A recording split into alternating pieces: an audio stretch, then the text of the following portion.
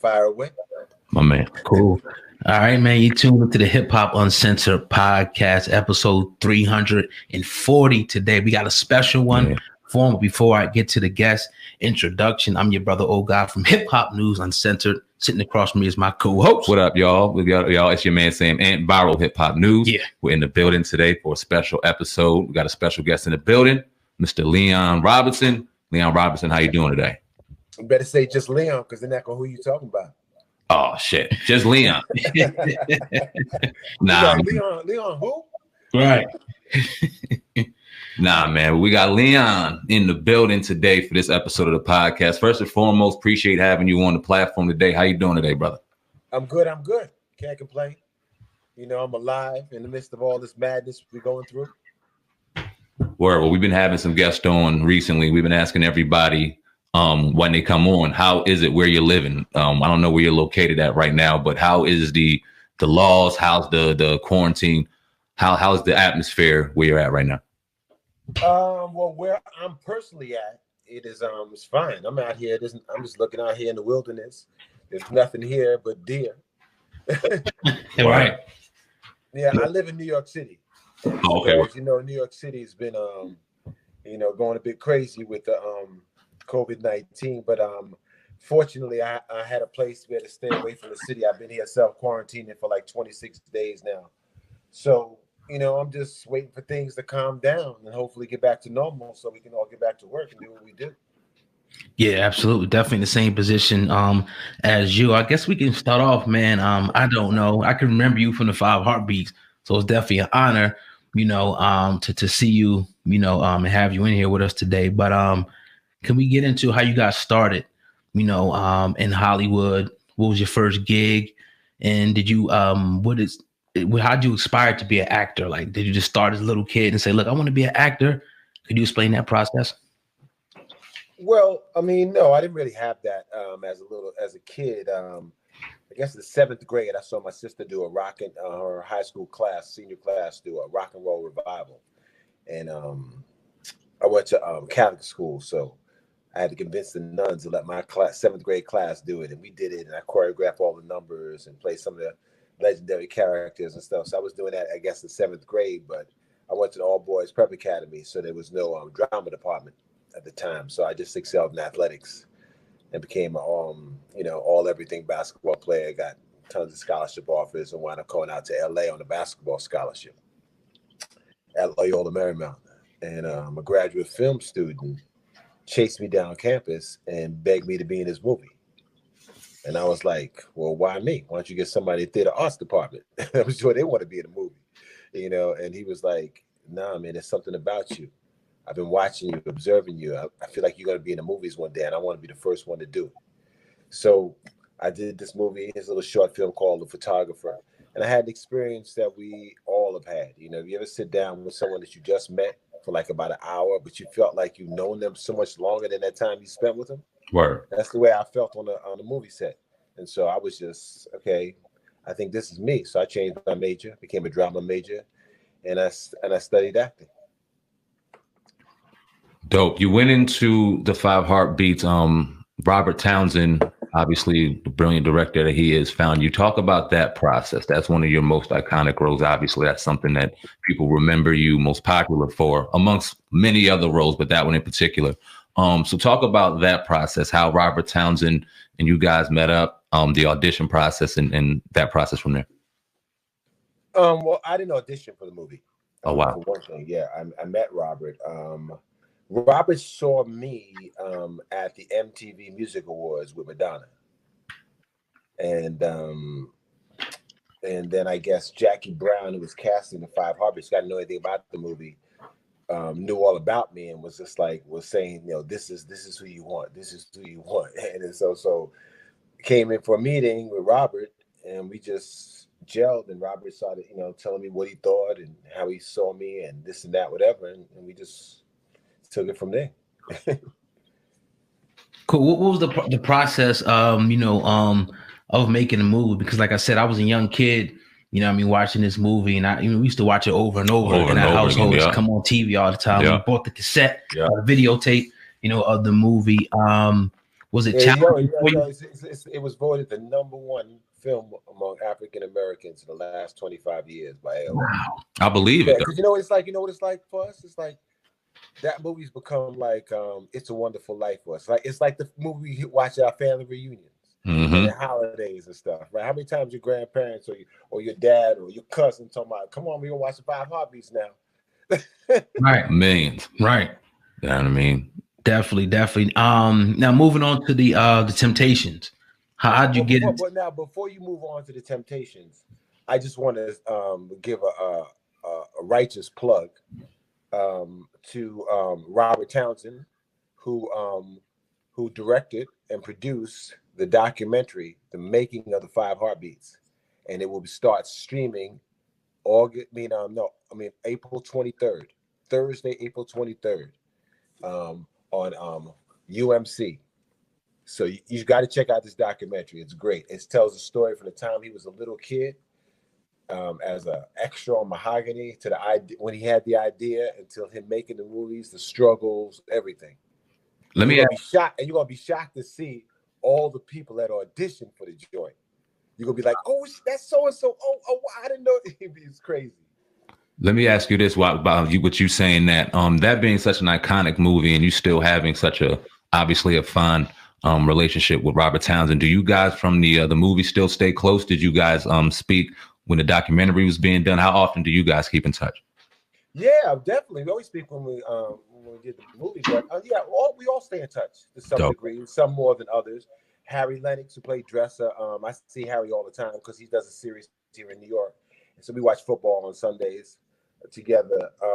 Robert Townsend and I, we always talk, and we're always doing things together, always making it, whether we're just talking or hanging out or making appearances together. And Michael Wright, I stay in touch with, and Tico, choir boy, he's like the one, like the ringleader, the one that always keeps us together, keeps us on the text chain.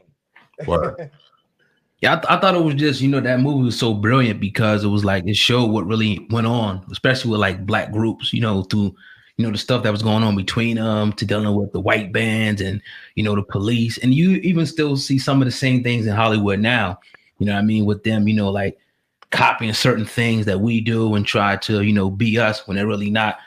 A black man, in Hollywood. We talked to Miguel Nunez last week, and it seemed like we thought that it was a pattern, possibly like that they wanted to maybe like effeminate or demasculinize the black man, putting him in a dress or something like that. How do you feel about that particular aspect of Hollywood? Has anybody ever asked you to do a crazy role like that you didn't want to ever do? Well, I had to put on a dress when I played Little Richard. Okay. Right, because Little Richard started off in a vaudeville act where he had to do that, and so that was just that. But that's that's history. That's real. That's real life. That's what happened. Exactly. Word. Yeah. So you can if you look at the history of film in general, okay, so many of the comedians, not just black, but also white, going back to Tony Curtis and a bunch of others, at some point dressed up like a woman in a movie. Tom Hanks, it's for some reason it's been considered this comical thing throughout the generations. And so I think that we want to look every time something's happening with us and see, wait a second, is this some kind of plan or something? or we just doing that? And I think that to some degree, there's always going to be that, because for some degree, people find that funny, whether it's Eddie Murphy or whatever it is. People are gonna find it for white chicks if they don't find it funny. You know what I'm saying? And so, unfortunately, they don't find it as funny when a woman tries to be a man. Right. But yeah, that's just the nature. That's just the nature of the way things are. And if you feel as though that's what they're doing to you as a man when you're playing this character, you shouldn't play that role. Facts. Definitely agree. Now, okay, so how do you feel about people who do play them roles and then later on say that they regret those roles, or they were, I don't want to say forced or coerced into this role by Hollywood, kind of giving off the speculation to people outside of the circle that there is something, or there's a higher agenda to demasculate black men in Hollywood? Because there's definitely something that gives people outside of Hollywood a reason to go, they got a good point. Yeah. But then you're the second actor that we a very respected actor that kind of went along the same line. Like, nah, Right. it's not like that. So I would love to get your perspective on that. Well, when you well, first of all, you said someone who's done that and then says that they regret it. Well, I can't speak for everybody.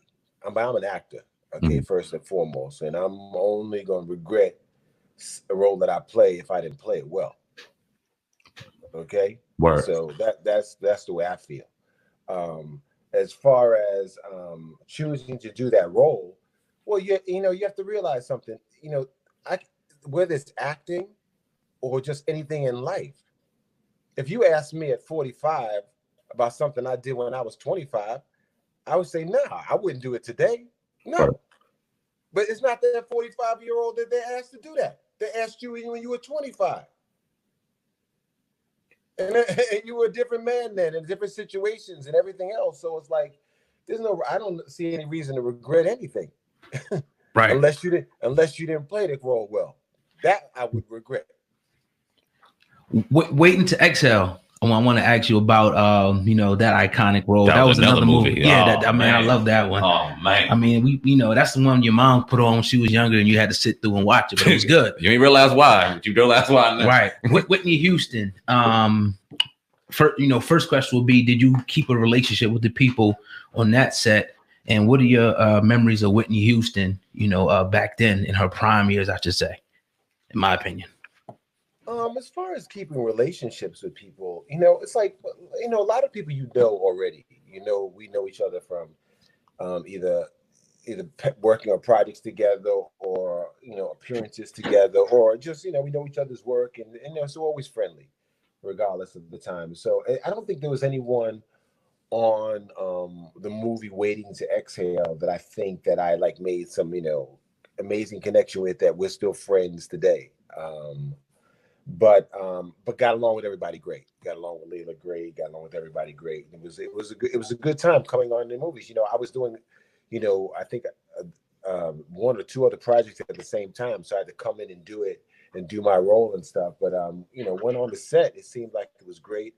I was happy for Forrest at the time because he was doing this thing and directing. He's very talented as a director as well, and so yeah, I was just happy to be part of that project. Whenever there's a project, especially with women, and that women of color, where I could play a role to support them, I jump at it. Absolutely. All right, yeah, dope. Speaking on other iconic figures also in music that you sat along the screen with, Tupac. You played his brother in Above the Rim, one of our favorite movies of all time as well. How was it working with Tupac? Now, I'm sure you've been asked this a million times, and people that work with Tupac have been asked that a million times, but how was your experience working with Tupac Shakur? Well, my experience working with Tupac was great. He was on point every time we worked together. But then again, he told me that, when he came in for the script reading, and he was, a bit bodacious and everything else, but he came up to me, bowed his head and said, yo, you're not going to have a problem with me because you in the 5 Heartbeats. So, he was 100 with me, 100%. So, I mean, we had a lot of problems with him in general during that time. He got arrested a couple times because he shot an off-duty police officer, held up production a few times, things that, that weren't really great for the movie as a whole. But with me and him, it was always 100 and cool, Dope. I got a 2-part question for you. 1, what was your favorite role you've ever played? And 2, what was the most challenging role you've ever played, whether that be on screen, in music, or in theater? Okay, well, I'm not gonna have a definitive answer for you for either one. Okay. Because one, I don't really know what role is my favorite role. Because which one of your brothers is your favorite brother? Which one is your kid? Is your favorite kid?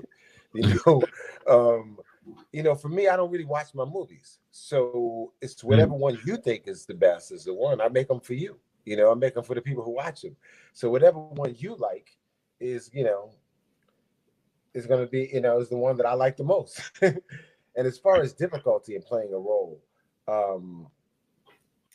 you know, they're all different. They're all different, and they're all have their own set of circumstances that make them difficult, or easy, or you know, whatever. I'd have to say that anytime I portrayed a character who actually walked and talked on this earth, who has relatives, who has friends who knew them or know them, I would say that probably adds a little bit more of a pressure, or how would I say, more of a concentration on making sure that I capture that person's real essence, because you know they have relatives, they got friends that really knew them. They're not something that a writer just wrote and created, you know. And whatever people remember of that person, I hope to not tarnish it, but to at least bring it to life, however it was, positive or negative. When you played the roles of Little Richard, David Ruffin, who did you ever play anybody else in biopics? I'm not sure. Yeah. Well, I was in the movie Mr. Rock and Roll. Okay. I'm a legendary DJ, and I played Jackie Wilson. Okay, dope. You played Jackie Wilson. Did you have to speak to any of the family members going into these roles? Did you get a relationship with any of the family members to try to get a better understanding of these roles that you were playing? With David Ruffin, you know, I'd known so much about him through the Temptations, and had so much footage on him and people from Motown. So I basically concentrated on that, but then formed a relationship with the family after the fact because they were so impressed by my performance. And yeah, and with Little Richard, well, no, just Little Richard himself is who I had a relationship with. Word. I got a two-part question for you as well. I want to first know what actors did you look up to, or do you look up to? And number one, I should ask you was, have you ever turned down any films? Have they ever gave you any films? You're like, nah, I'm not doing that. Could you speak on that? Well, the latter, of course. I mean, you get offered garbage all the time. I mean, for every good script you get, you get 3 ones that aren't good. Okay, so or a role that's not good, or a role, you know, that's not important to the script, or a role or a movie that might be good, but the budget's not going to allow it to be made well. Do you know what I'm saying? There's so many reasons why not to do a project, and the biggest reason is because you're not available. So sometimes you want to do things and you're not available, and you're just like, oh man, I want to do this joint right here, but like I can't. I'm booked on this. So that's always going to happen, and you're also going to get roles because someone else couldn't do it or didn't want to do it or whatever. You know, and that's just the nature of the game. You know, as an actor, you're like a pawn in the process. You're the last piece of the puzzle when they're putting everything together, and then they decide to color in the pieces by casting it. So sometimes that's the reason why when you're in this business, as long as I've been in it, you know, you want to produce, you want to direct, you want to do stuff because you're tired of stories not turning out the way you expected them. Absolutely. Speaking of that, do you have anything in the future where you're looking to that you can speak to the people that you're about to, any films you're going to produce, or something you would like to see be done in Hollywood? Yeah, I mean, there's so many things. You know, I have a production company called Motion Mob Films in New York. And yeah, we're developing a bunch of different things. I directed and produced a short and starred in a short last year that won about 15 awards at film festivals called Make America Black Again. And it's, you know, it's political satire. It's funny. And we have 2 pilots in development. And yeah, you know, I'm working as an actor. You know, I was until March 13th, I was currently touring the country in a sold-out play. I'm also on a TV show on Showtime, and my band was booked on the Tom Joyner cruise. And yeah, but COVID-19 shut it down.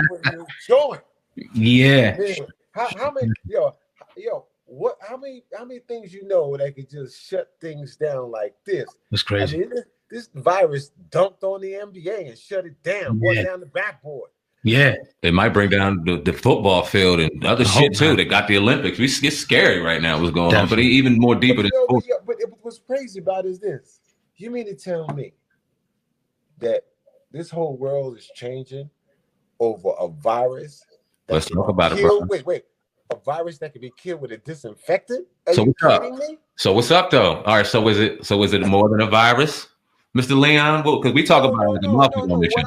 What I'm saying is that it's a virus, but I'm just saying we should have known where it should have. We never ever let it get. Exactly. At this point, is what Word. I'm saying. Word. We're too much up on science. Well, we have administration that doesn't believe in science, but we're too far along in science to allow a virus like this to affect us like this. Exactly. Shutting the economy down. They should have been better prepared, definitely, to handle this. Hopefully we know better for next time, man, because it's definitely affecting everybody. I wanted to ask you, do you ever feel, because we talk about a lot on this podcast, a lot of the artists that we grew up idolizing and watching, and some of them have sustained the test of time and continue to do music. Some of them have moved on to other careers, and some of them are kind of in that middle ground. We have conversations about evolution. Do you feel ever as an actor the necessity to evolve as an actor, as a performer, as someone that has been in this craft for as long as you have? Well, I say, of course, because I feel the need to evolve as a person. And as a person, I'm also an actor. So whatever I do, I would hope that I would evolve. You know, so I mean, I think that's pretty much standard for anybody. I mean, we all hope to evolve as people, hopefully. Right. Black actors, I'm going to ask you about this. Do you think that they get their just due in Hollywood? We see a lot of people that have been speaking up. There's been talk of, them getting their own awards. How do you feel about that? Or are we getting our just due in Hollywood and even in music? Could you speak on that, please? Well, I don't know if we are getting our just due, but we're definitely getting our due. I mean, I could rattle off the top of my head at least 10 performers in both film, television, and music. They're at the top. Okay? I mean, I'm talking the top. Okay? Mm-hmm. All right. So I think, yeah, I mean, everywhere I look, I mean, even in your field, okay, whether it be radio, podcast, news outlets, it's like that. I'm seeing more of us having our own stations, our own on-camera people. I think that one of the things I don't like, I think we should always stay woke, and we should always be aware of who we are in this equation. But we must start to we need to start celebrating ourselves, the progress that's been made. Absolutely. Stop always talking about what's not being done and talk about look what's being done. Look around you. Look how things used to be and look where things are now. You can't see the difference? Nah, they do. I mean, I think if we start talking more about that, things might get better. Do you see yourself as one of the most iconic Black male actors of all time? Because I mean, as we sit here today, I mean, this is to ask, as we say today, as the 90s, we look at the 90s, the greatest era of R&B music. You hear the greatest era in rap, even though that's a little more debatable than R&B. And then you look at the Black movies. I mean, what better era in Black movies do we have, in my personal opinion? Maybe I grew up in the 90s, so I'm a little more partial than the 90s, and you're a huge part of that. So do you ever think of that? Have you ever heard that before? I hear it all the time. But you ask me, do I think of it? Yeah. Do I think of myself that way? No, I don't think of myself that way. I never would probably. But I appreciate it. I do. I mean, I appreciate, people putting me in this category. And I've seen it, from polls done on, outlets like magazine outlets and AOL and stuff like that to, all kind of things, putting me in all kind of lists of, greatest films or greatest, actors and all this like that. And I appreciate it. It's great. It's nice to hear. But am I going to think that of myself? No, that wouldn't be me. So what's next for Leon Robinson? What can we look for, or Leon, I should say, what can we look forward to, you know, in Hollywood, your next best, biggest film you got? What can the people look forward to? Dude, I cannot tell you. I don't think any of us can tell you. I mean, I'm in the middle of shooting a TV series, just got shut down. I'm in the middle of shooting a nationwide tour of a play that just got shut down. I mean, my band was about to tour. Who knows when that's happening? You know, we got an album out now, but it's like, that's I'm just saying. It's like what's really crazy about this whole lockdown and this coronavirus thing is not just the twilight zone that it's put us in, because we've never been in a situation like this. It's like some weird movie. Mm-hmm. What's the cloud over us is the uncertainty.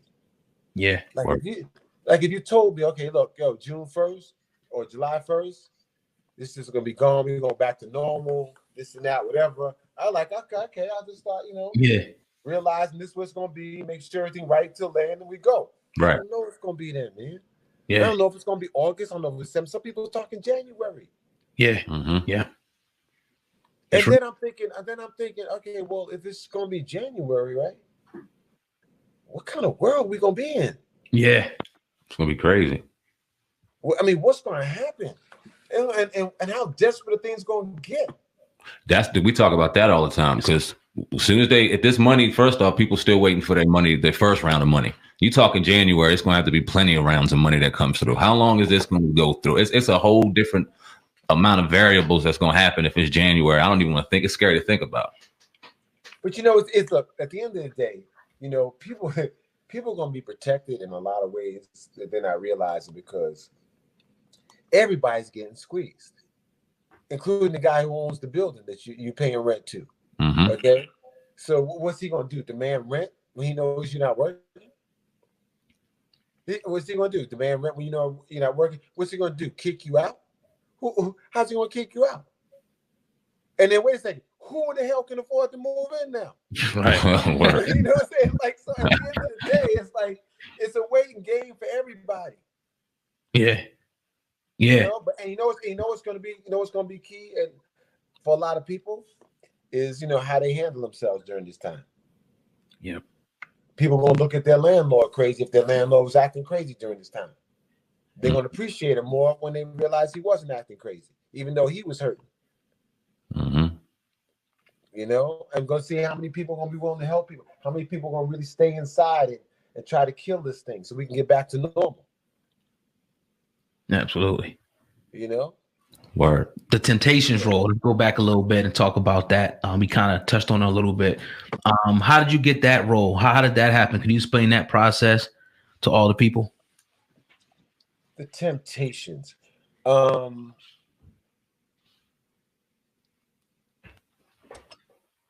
Temptations. When I after I did the 5 Heartbeats, I met Otis Williams, and Otis Williams told me that he wrote a book, and that they were going to make it into a movie. And he told me this years before they did it. And he said, that when they do it, I want you to play me in this movie. And I said, sure, I'd be honored. Just, let me know when it's going to happen. So I guess Motown decided to make the movie with Suzanne DePass and Hallmark, and they called me in for a meeting.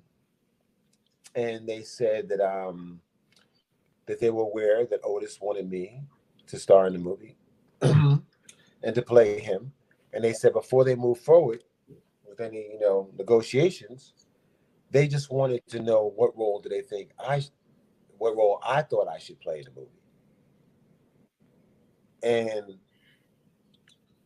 I told them that, well, I really appreciate Otis wanted me to play him, but I think I'd probably best serve this movie if I played the role of David Ruffin. And they all were like, sighed, said, oh my God, we're so happy you said that. We didn't know who we were going to get to play David Ruffin if you didn't play David Ruffin. You're the one we wanted to play David Ruffin. We knew Otis wanted you to play him. I said, don't worry about it. We got this. So they told Otis, and Otis gave his blessing. Was like, yeah, you're right. Word. Definitely. Now, explain a little bit, getting into the zone for these different movies that you have to do. What goes into, that process of actually having to become that person? You do such a great job of whatever role you do, but can you walk us through that that whole process of getting in, the right mindset to be able to perform these roles the right way? Well, I mean, it's it's different from project to project. It's different based on how much time you have to prepare. Sometimes you don't have that much time to prepare for a role, and sometimes you're not even in contact with the powers that be to even start developing that role. So you have to do a lot of it on your own. But in it, I can give you a scenario, a typical scenario that that I would be in favor of. My preparation for a role would be to one, have read the script a couple times, and then have conversations with the director to see how he sees my character, so that we're on the same page. There's nothing more frustrating as an actor than to get on the set and the director is seeing things different than you. It's just not a very good place to be. I really believe that great performances are a combination between the actor and the director. So that's the main thing for me. And then it just depends on what kind of role it is. If it's like Doris Bannock in Cool Runnings, well then I'm working out every day, and I got pictures everywhere in my plays of like runners, from Carl Lewis to Johnson, you name it. And I just measure my body up against theirs, to see, to make sure that I have the body of a runner. And then everything else basically, falls into place as far as me just, working on my character, who I think my character is and what his motivation is. And then when you go out there to do my thing, I take my moment before to make me, to realize who I am, where I am, who I am. And then, I go try to bring the writer's words to life. That's dope. You spoke on the importance of the director. How would you have any one director in particular that you say would be one of your fondest out of all of the money that you acted for? I don't really know if I have a favorite director or anything. There's so many directors I haven't worked with, so many, and so I mean, I look forward to working with. There's quite a few directors whose work I admire, and so I would love to work with them. But I don't know if I have a favorite. I enjoy working with people when we can make good art together, and that's it. I don't really think much of it after that. We lost John Singleton in 2019. Did you ever get a chance to work with him? No. Okay. We talked about it many times, but never happened.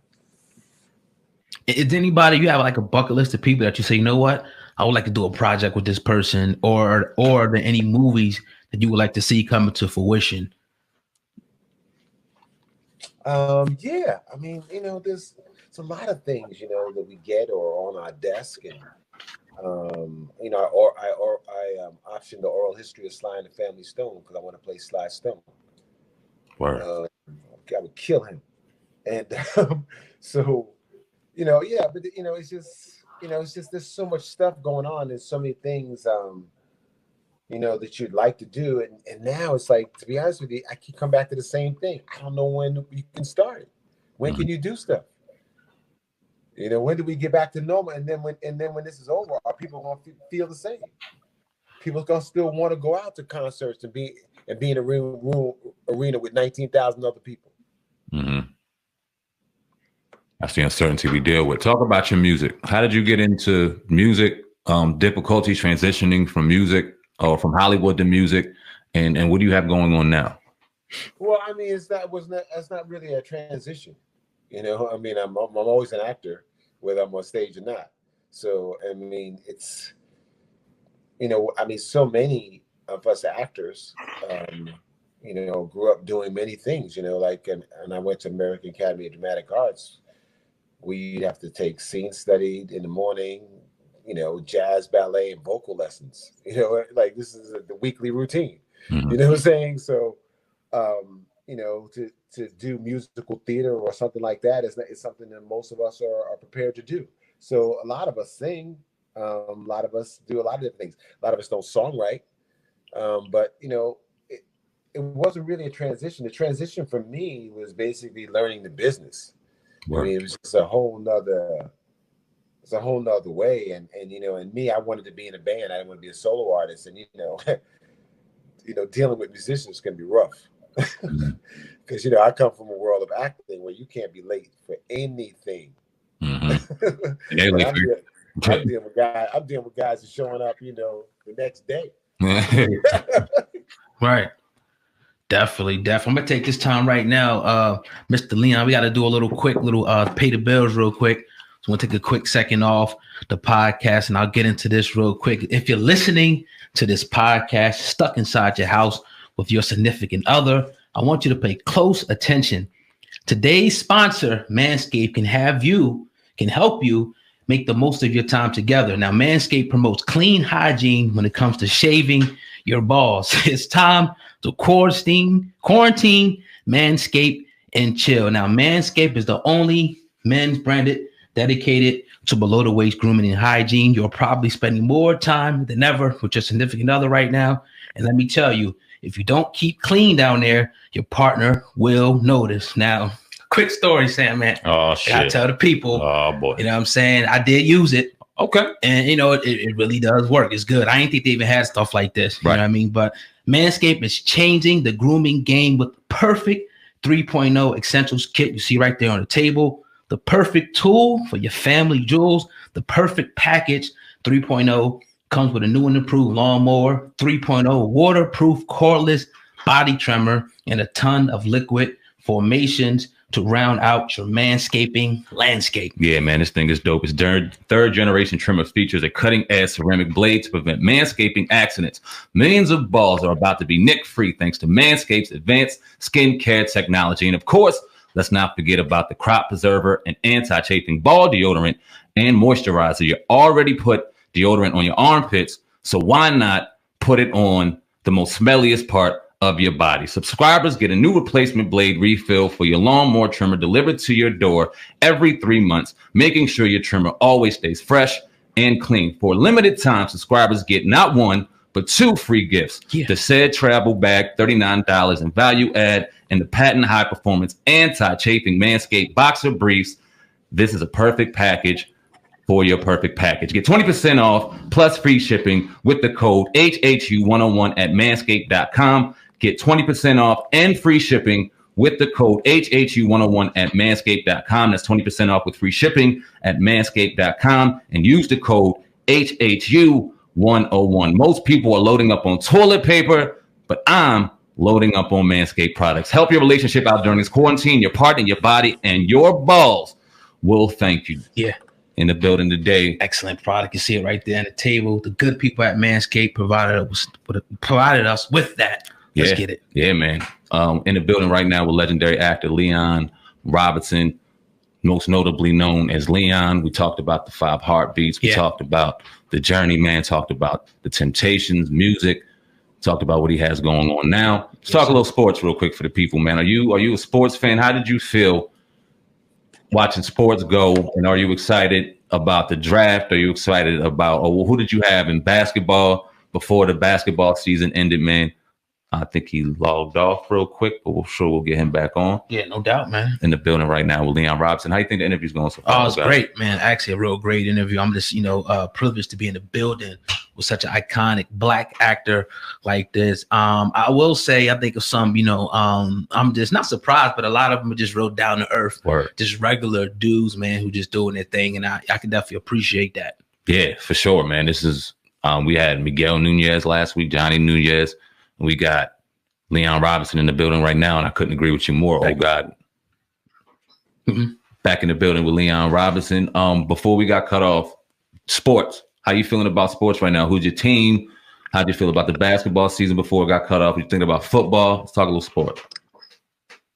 Wow. I don't know where to start. Where you want? I mean, there's so much going on right now. I mean, put it this way, so much not going on right now. Yeah, I don't know. You got to ask me something a little bit more specific. All right, I'll tell you what. Basketball season, if and when it gets started up, how do you feel about the NBA season going without fans in the stadium? And who was your front runner before the season ended? And do you feel as though they are now the front runner now? If, in fact, we have an NBA season, because it's still up in the air. Well, I think that we'd have the same front runners. I think it's Milwaukee in the East and the Lakers in the West. I think there are teams that obviously can challenge the Lakers, but I think the Lakers were definitely looking the strongest when the season ended. Even over the Clippers?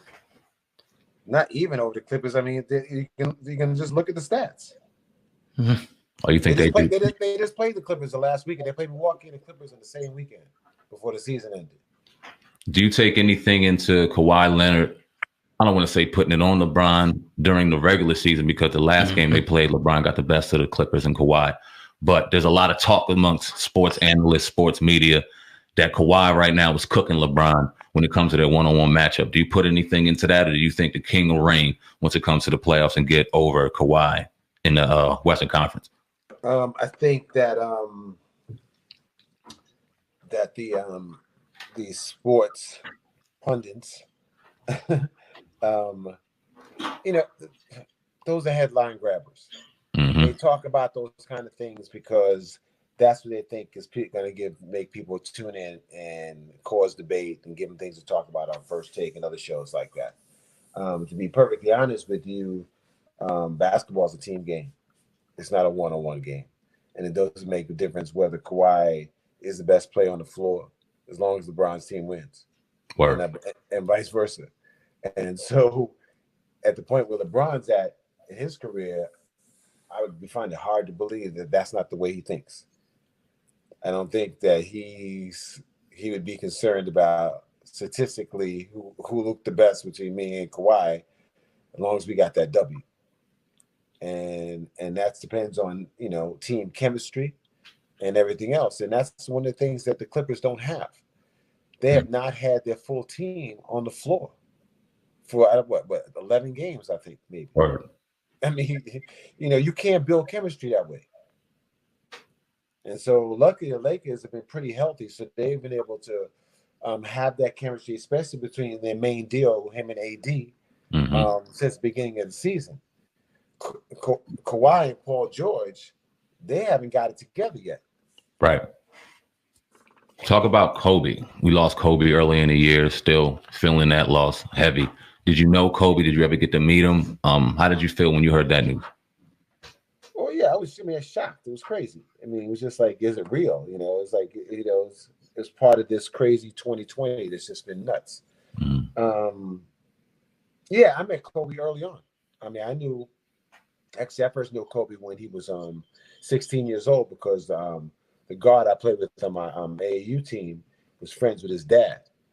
And he kept telling me about this kid at Lower Merion High School, made me come out and go see him when he was in high school. And yeah, so I mean, I've known of Kobe, been around Kobe, it's like that, several times, and then, it's just, yeah, it's sad, but it's life. Everyone, famous or not famous, iconic or not iconic, is gonna pass. Yeah, that's an unfortunate truth.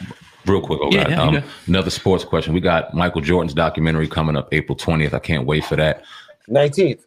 Yep. Oh, 19th. I thought it was the 20th. Yeah, I'm real souped about that, man. They're going to show stuff that we've never seen before. I think that I could both attest for you and I, God, when we say Chicago Bulls in that era was our favorite era in basketball. What's your favorite team in basketball in all the eras? You got the Lakers, the Celtics are old, the Bulls, obviously the Warriors of today. What is your favorite team of all time in basketball and why? My favorite team, wow. Will be other than my hometown team, obviously. With the Knicks, what year? Well, the Knicks during the 90s, of course. Oh, okay. when they was battling Mike, and when they went to the finals and lost to Olajuwon and all that stuff. Yeah, but that's a hard question, man. I have to, if I had to just break down teams that I liked and teams that I thought had something special and plays I knew, it'd have to be the Showtime Lakers. Magic, Kareem. Are you in favor? The people that invented the three people. Not involved. Yeah. How do you feel about these sports getting back together without an audience? How do you think that's going to go back over if they do get going? I think the WWE even though it's kind of not a sport. They tried it. It was horrible. You got, the NBA and Major League Baseball talking about it. How do you feel about, getting back to normal, but slowly without an audience? You think it's going to affect the game that much? Well, it's going to affect the game. I mean, crowds, I would hope, affect the game. Yeah, definitely. It's going to definitely affect the game. It's also going to affect the telecast of the game, because so much of it is, about the fans and everything else. And so it's going to be interesting. But I think that, the guys will play hard. I don't think they'll like it as much. I don't think we'll like it as much. But, at the end of the day, we'll get to watch it on TV. And we'll see. I mean, it's going to be what it's going to be. It's crazy. I know it'd be awful tough to say to end the season right now. That would be rough for teams that had a chance to make it, or teams that were doing well. So I don't know. It's hard to say. It's hard to say. Well, I don't know if you follow the news a lot, but today I was listening to Kumo, and he was pretty much talking about a plan to Andrew Cuomo. Yeah. A plan pretty much to start opening stuff back up slowly. They're trying to roll out within the next few weeks. I don't know if you heard about that. So it looks like they may try to get some things going, but from people we know, our brother, he said maybe December. Yeah. He guessed with that. So You talk with what? With the basketball? No, just the economy, period. Small businesses. Right. And I don't know. I mean, I'm sure the NBA and NFL would make decisions right after that once they're allowed to start coming back together again. But in your heart, how do you feel? I know that's a hard question, but when do you think this thing's going to open back up again for us, man? How do you feel? I don't know. Like I said, anything. It's the uncertainty. We don't know. I mean, a large part of it's going to be about how we handle it, how much we isolate, how much we social distance, how much we work together as a country to eliminate this thing. That's all. It's all up to us now at this point. I mean, nothing else we can do. They let it in. Mm-hmm. They didn't pay attention to warnings. They let it in. So now it's here.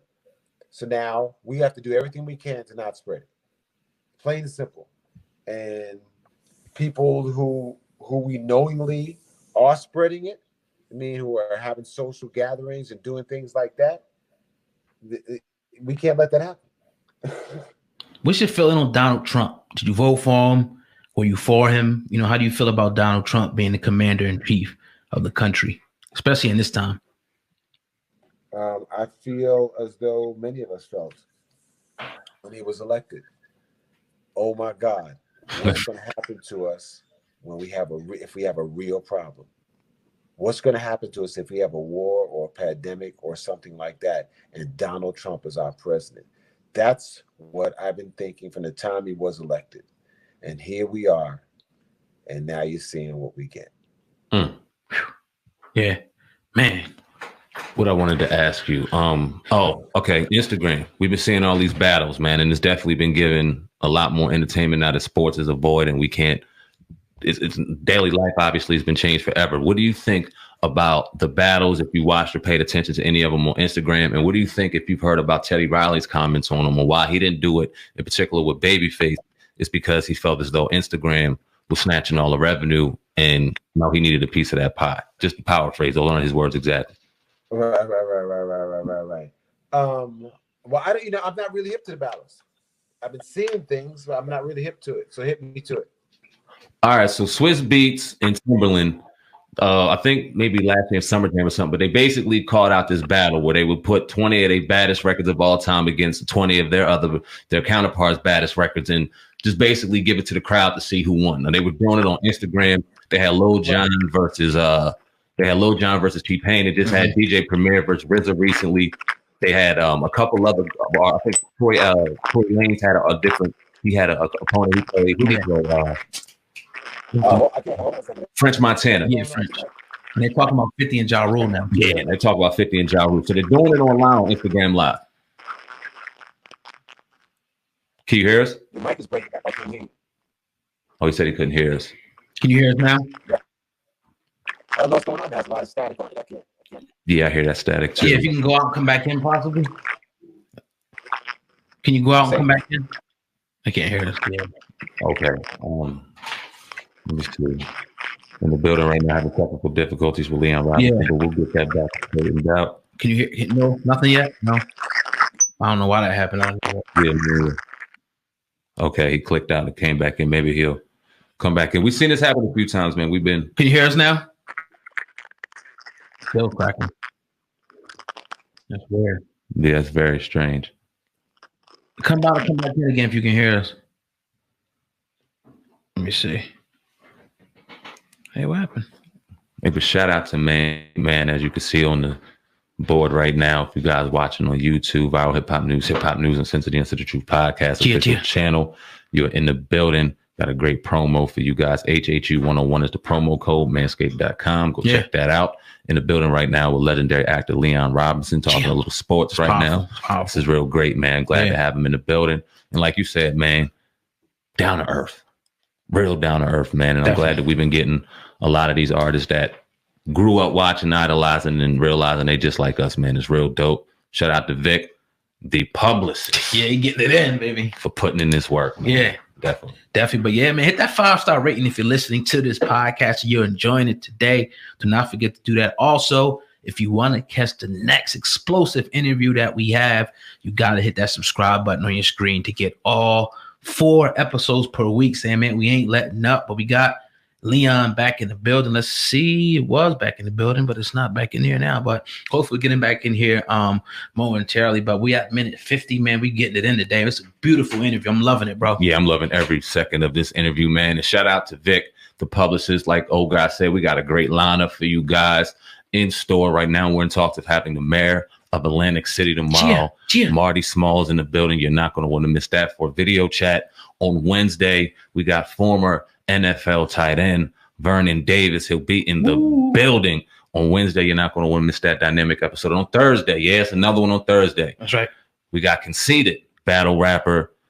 Now he is a talent on the show Wildin' Out on MTV with Nick Cannon. It's going to be a dope week, man. Absolutely. I don't know if you heard about in China, Sam, man, that pretty much U.S. and African officials are blasting China over the racist mistreatment of Black people over there. They're pretty much evicting them, kicking them out of different places. I'm sure you've probably seen it. They're claiming that they're pretty much spreading the coronavirus. What do you feel about that before we have them come back in? I've seen that. I think it's disgusting, but I don't think it's anything new over there in China. If you've listened to stories about the blatant racism in China, you've heard these stories many a times. If you've ever been to Jamaica and you see what they're doing out there, is blatant racism involved. It's very unfortunate, but it is what it is. I know we've all had a bad Asian girl that we loved growing up and she couldn't get with us because we was Black. It just is what it is. That family was not playing that.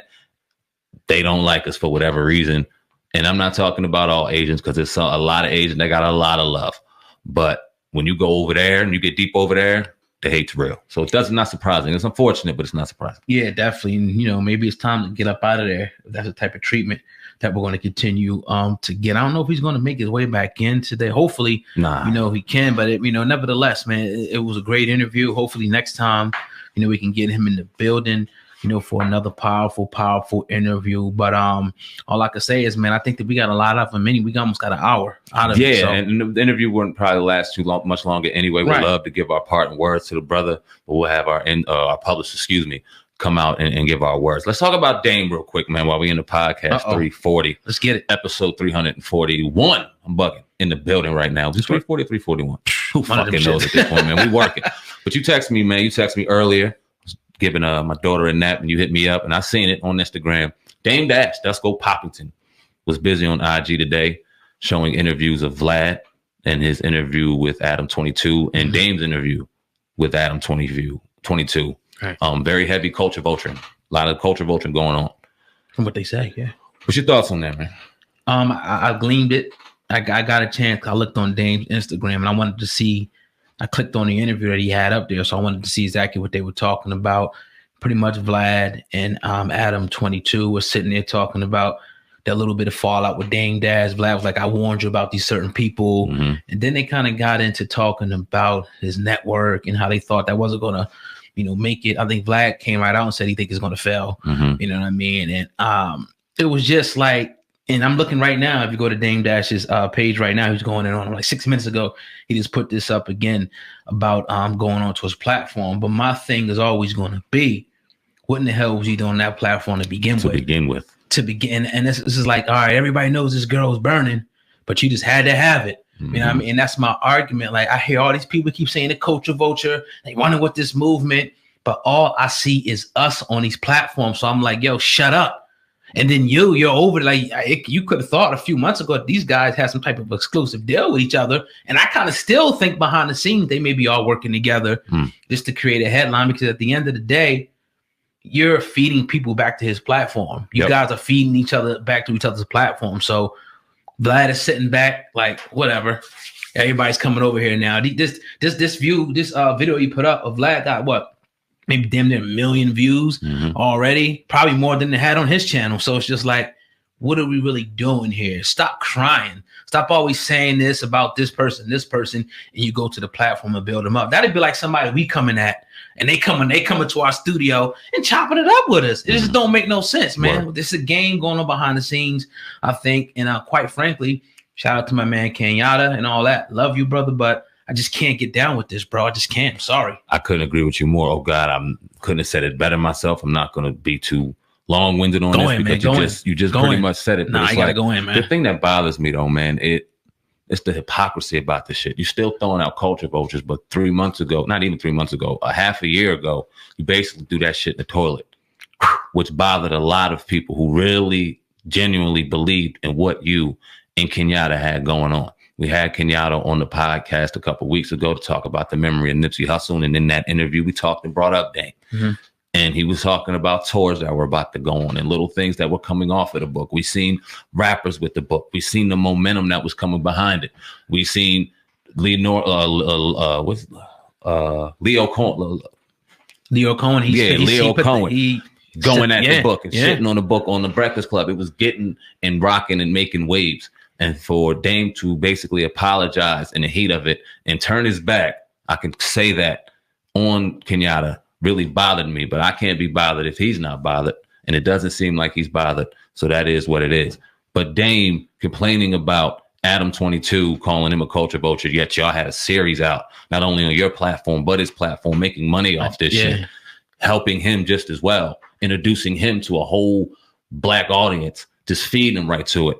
And then Vlad TV, like you said, I couldn't have said it better myself. You only see us up there. He ain't running to grab no white balls unless he did something to incriminate a black dude. Right. So you feeding them. All the staples on the show was just like, you got Lord Jamar, all the old BG Knock, all these dudes are brothers. That staples that he does regular interviews with brothers. Brand Nubian Lord Jamar is a staple on his show, which is cool. But don't complain. Don't complain. Don't complain.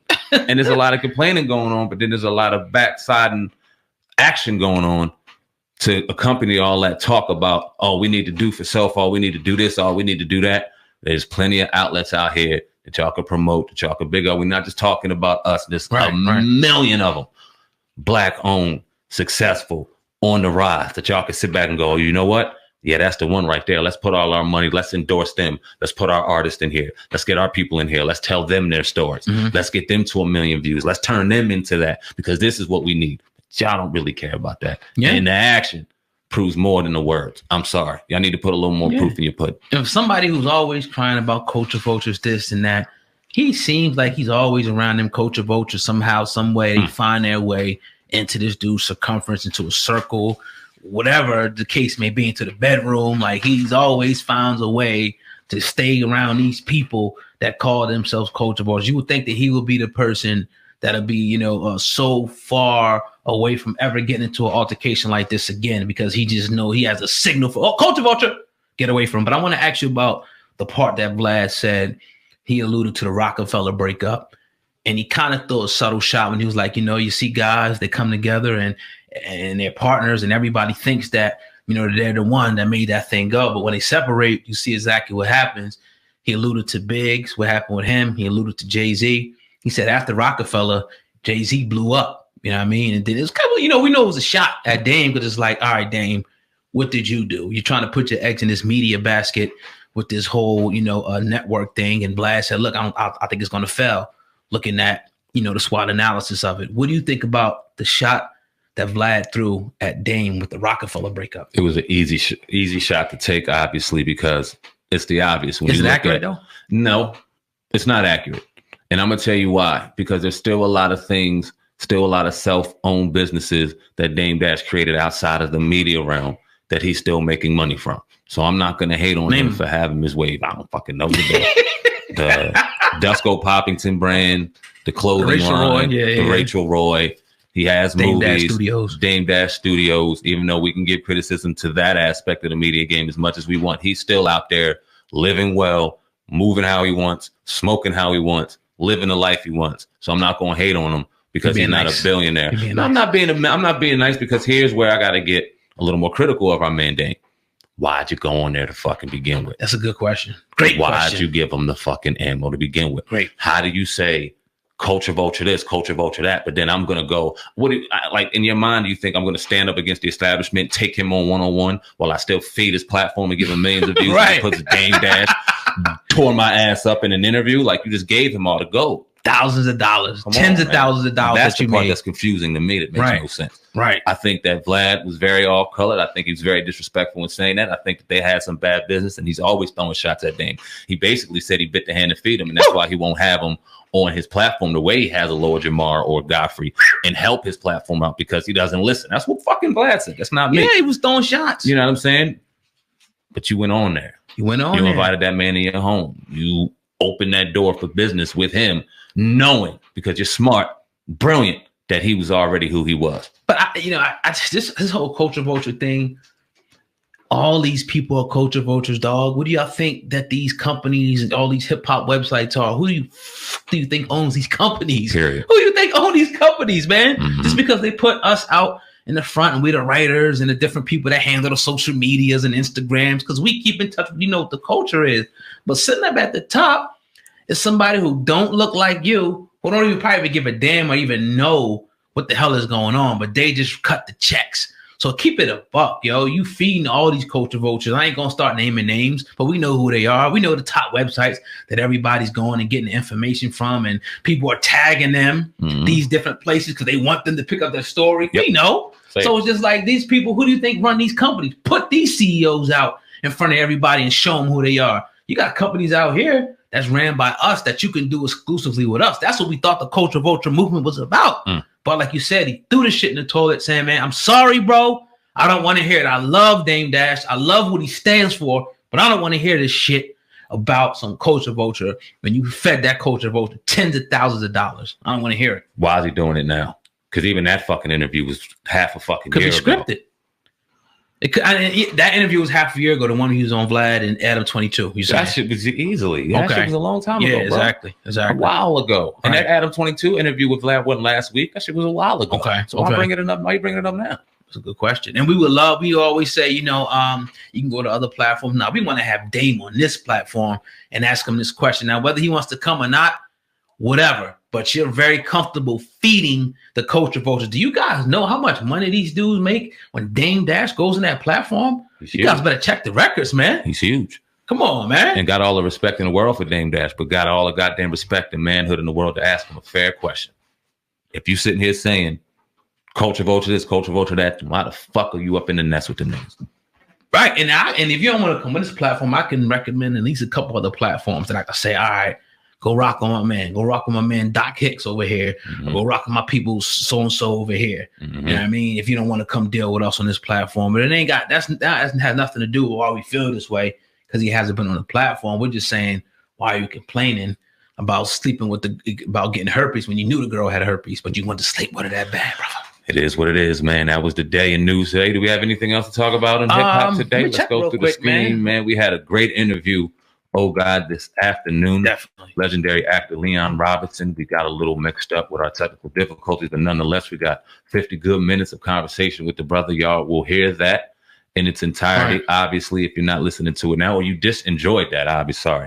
Right. On the podcast right now, as we are over the 1 hour mark on this Monday evening. Make sure you hit that like button. Make sure you hit that 5-star rate. And if you're listening or you're watching on the platform, special shout out to Vic, the publicist, for putting in work. Special shout out to our man, Foul Mouth Angel, who did the incredible artwork you guys see behind you right now. Go follow him on YouTube or IG at Foul Mouth Angel.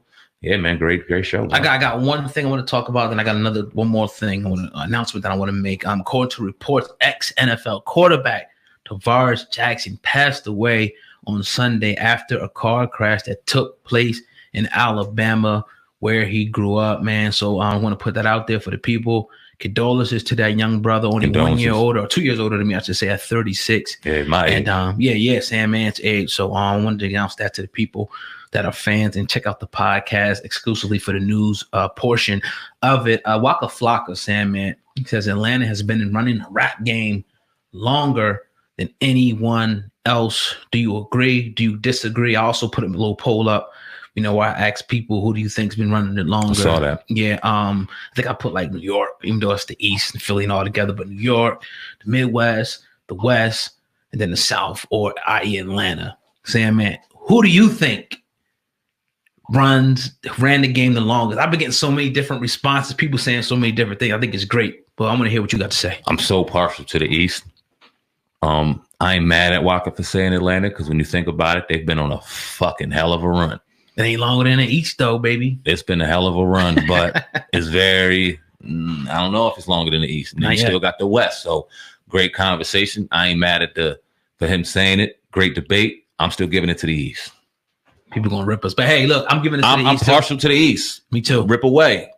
Throw the dates up. We throw the dates up. They still got about a good decade before they can start even talking. Yeah, they've been running, but they got some time. Now, if you could keep it, which it looks like they're probably going to hold on to it from the foreseeable future. Like we said, it all kind of merged to a certain extent. But would you say the West is the same as that, or does the West still have its distinctive sound? What would you say? The West still has its distinctive sound. Definitely. When you got TDE out there, when you got the Bay out there, when you got rappers out there that still give that genuine West Coast sound and won't go away from it. Facts. Man, West Coast is just as alive and strong as any other coast, man. Definitely. Salute. But then when you look at, like you said, rappers bridging the gap, you don't know. I couldn't tell you where a Lil Baby was from or Roddy Ricch was from based off their music alone. I got to listen to their story, hear how they speak and things like that to understand where this one's from or where that one's from. Because the music, where it used to kind of tell you a story geographically or where somebody was from, nah, it's the day mixing and bridging the gap. Word. Nah, man, that was a great segment, man, on the Hip Hop Uncensored podcast, man. An hour and 7-minute mark. We just came off a powerful interview with actor Leon Robinson that we're finishing up today.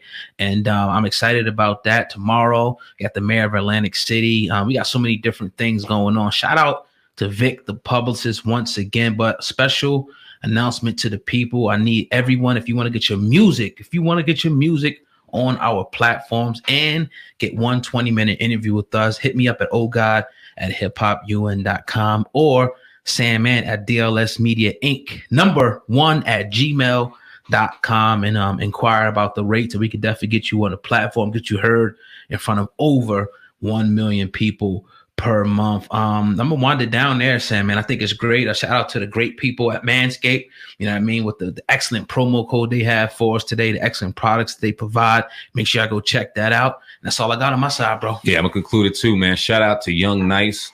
He took care of the promotional package with the Hip Hop Uncensored podcast.